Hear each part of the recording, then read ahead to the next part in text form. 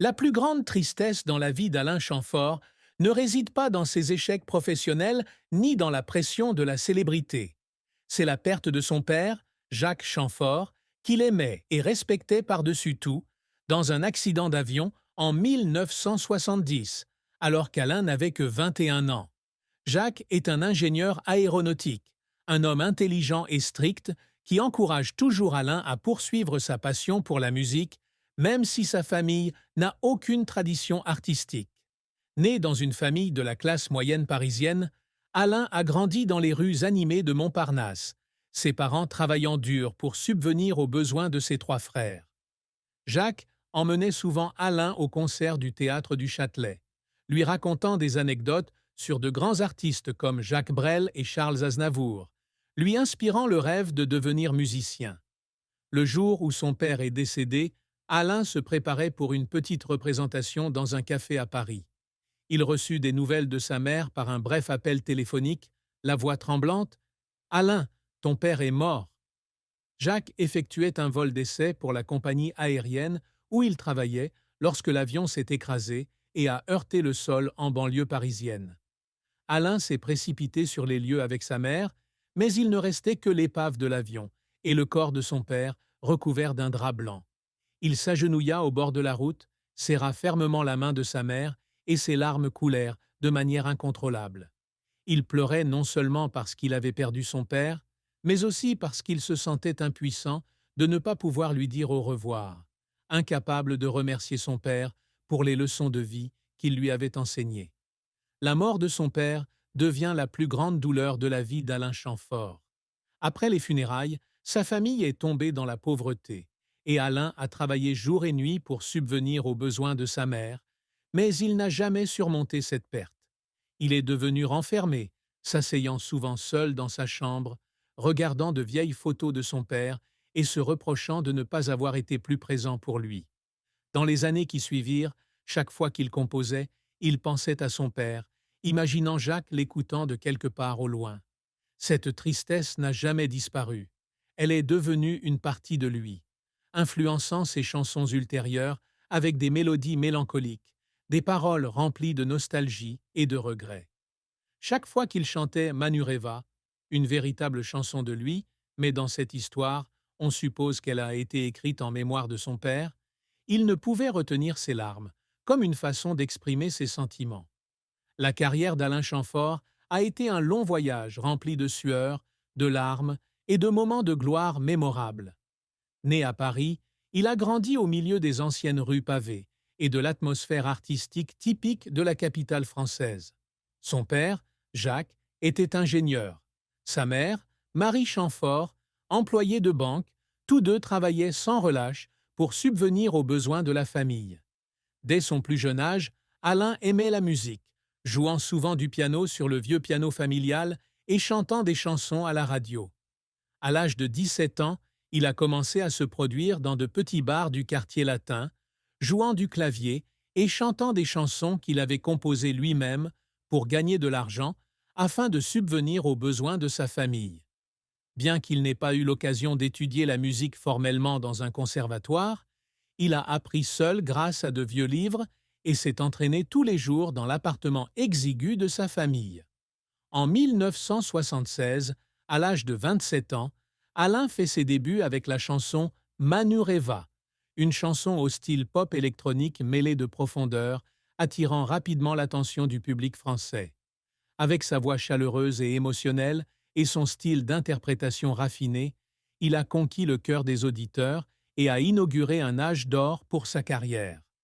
Durant les années 1970 et 1980, il continue à sortir une série de tubes tels que Géant, 1979, Bambou, 1981 et Traces de toi, 1986. Chaque chanson portant sa marque personnelle avec des paroles romantiques et des mélodies accrocheuses. L'album Amour année zéro, 1980, en collaboration avec les co-auteurs Jean-Noël Chaléa et Michel Pellet, s'est vendu à des centaines de milliers d'exemplaires, faisant de lui l'un des chanteurs pop les plus vendeurs en France à l'époque. Son succès ne se limite pas à la musique populaire. En 1990, il s'essaie à la production et travaille avec de jeunes artistes comme Vanessa Paradis et Florent Pagny, gagnant l'admiration des professionnels. Le public l'aime non seulement pour sa voix, mais aussi pour la sophistication et les émotions authentiques qu'il apporte à chaque œuvre. Il a été surnommé le gentleman de la pop française, un titre qu'il a conservé pendant des décennies. Mais sa carrière n'a pas toujours été un long fleuve tranquille. En 1995, il investit toute son énergie dans l'album Clair-Obscur, espérant créer un nouveau chef-d'œuvre. Mais l'album échoua commercialement, fut critiqué par les critiques pour être trop expérimental et loin du grand public. Cette nuit-là, il était assis seul dans le studio, regardant les piles de disques et pleurant. Il a pleuré, non pas parce qu'il avait perdu de l'argent, mais parce qu'il se sentait impuissant lorsqu'il voyait que le public ne comprenait pas sa passion. Avant cela, il avait également été confronté à l'échec dans sa jeunesse. En 1972, il participe à un concours de musique, mais est éliminé dès le premier tour, car les juges trouvent sa voix trop douce et manque de puissance. Il se souvenait de cette nuit, assis seul sur un banc au bord de la Seine, regardant les lumières de Paris et pleurant en silence.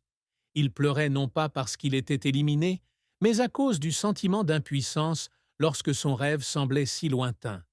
Il se demandait s'il était suffisamment talentueux pour surpasser des milliers d'autres musiciens, et si sa décision de se consacrer à la musique était une erreur. Alain Chamfort n'a cependant jamais baissé les bras. Après l'échec de Clair-Obscur, il revient avec l'album Le Plaisir, 2003, une œuvre au caractère narratif fort qui est chaleureusement accueillie par le public. Il a travaillé sans relâche, composant parfois toute la nuit pour perfectionner chaque chanson, collaborant étroitement avec Jean-Noël Chaléa et Michel Pellet pour créer les mélodies parfaites. Un jour, après 2 heures de représentation, il s'est assis dans la salle d'attente, se couvrant le visage et pleurant d'épuisement et de pression. Il pleurait non pas à cause de la fatigue physique, mais à cause de la peur de ne pas répondre aux attentes du public, la chose la plus précieuse qu'il avait. Son parcours témoigne de la volonté de faire d'un homme qui s'est battu sans relâche pour surmonter toutes les difficultés, des premiers jours difficiles aux moments glorieux. Alain Chamfort n'a pas vécu uniquement pour atteindre la gloire ou l'argent. Pour lui, la véritable réussite réside dans la capacité à susciter l'émotion chez le public et à laisser un héritage musical intemporel. L'un de ses plus grands objectifs est de créer un album entièrement composé d'instruments acoustiques, un projet qui, espère-t-il, mettra en valeur la sophistication et l'authenticité de sa musique. En 2015, à l'âge de 66 ans, il termine Les Micro-Sillons, un album acoustique enregistré en direct en studio qui reçoit un accueil critique et public chaleureux. Il se tenait sur la scène du Théâtre de Paris, les yeux remplis de larmes tandis qu'il écoutait les applaudissements tonitruants du public, sentant qu'il avait atteint une étape importante dans sa carrière. Faire un album n'est pas facile. Il a travaillé pendant des années avec Jean-Noël Chaléa et Michel Pellet, expérimentant chaque instrument pour trouver le son parfait. Il y avait des nuits où il restait éveillé toute la nuit en studio, jouant chaque morceau encore et encore pour s'assurer que tout était parfait. Mais lorsque l'album est sorti, il a senti que tous les efforts en valèrent la peine. L'œuvre n'est pas seulement une réalisation personnelle, mais aussi un hommage à son père, qui l'a inspiré dès le début. Chaque année, il organise de petits spectacles pour promouvoir la musique acoustique, comme un moyen de préserver l'esprit libre de son art. Un autre objectif qu'il a toujours poursuivi est de rapprocher la musique française du public international. Alors que beaucoup de gens pensaient que la pop française se limitait aux Français, il a continué à composer et à interpréter des chansons qui transcendaient les frontières linguistiques. L'album Tendre fièvre, 1986, en collaboration avec Jean-Noël Chaléa, a été joué dans des festivals de musique au Royaume-Uni et aux États-Unis, recevant l'amour du public étranger. Il a déclaré un jour « Je veux que ma musique soit un pont entre les cultures ». Pour y parvenir, il a passé des heures à pratiquer le piano, à composer de nouvelles musiques malgré son âge avancé. Malgré ses nombreux succès, Alain Chamfort a toujours eu le sentiment que ce n'était pas suffisant. Après la mort de son père, il a décidé de vivre une vie plus significative, non seulement pour lui-même, mais aussi pour ceux qui l'entouraient. Mais la pensée obsédante de ne pas pouvoir être avec son père dans ses dés,